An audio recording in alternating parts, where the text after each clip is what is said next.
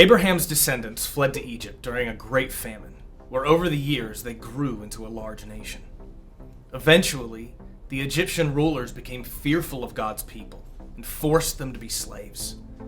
Even in these terrible conditions, God's people continued to multiply and strengthen, so the Egyptians made their burdens and restrictions worse and worse. God's people cried out to him to be set free from the slavery they were experiencing at the hands of the Egyptians. God heard their cries for help. He had a plan to save them. When the Egyptian rulers declared that all Hebrew boys must be murdered, God not only saved Moses, but planted him in the house of Pharaoh with his own mother as his nurse. Moses learned the Egyptian world, but his mother told him the stories of God and his people.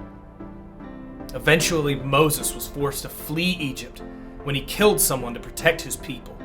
But God raised him up and brought him back years later to lead his people out of bondage.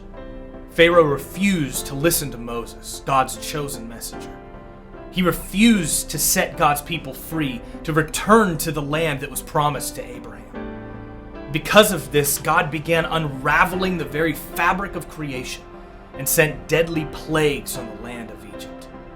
The final plague was the angel of death, who would kill the firstborn son of every household unless the blood of a sacrifice adorned the door of each home. Everyone who trusted God and sheltered under the blood of the sacrifice was spared. The justice of God finally prevailed, and Pharaoh allowed the people to go. The sentence was death because Pharaoh refused to obey God, but the blood of the sacrifice protected those who trusted God. Even in the darkest moments, God brings hope.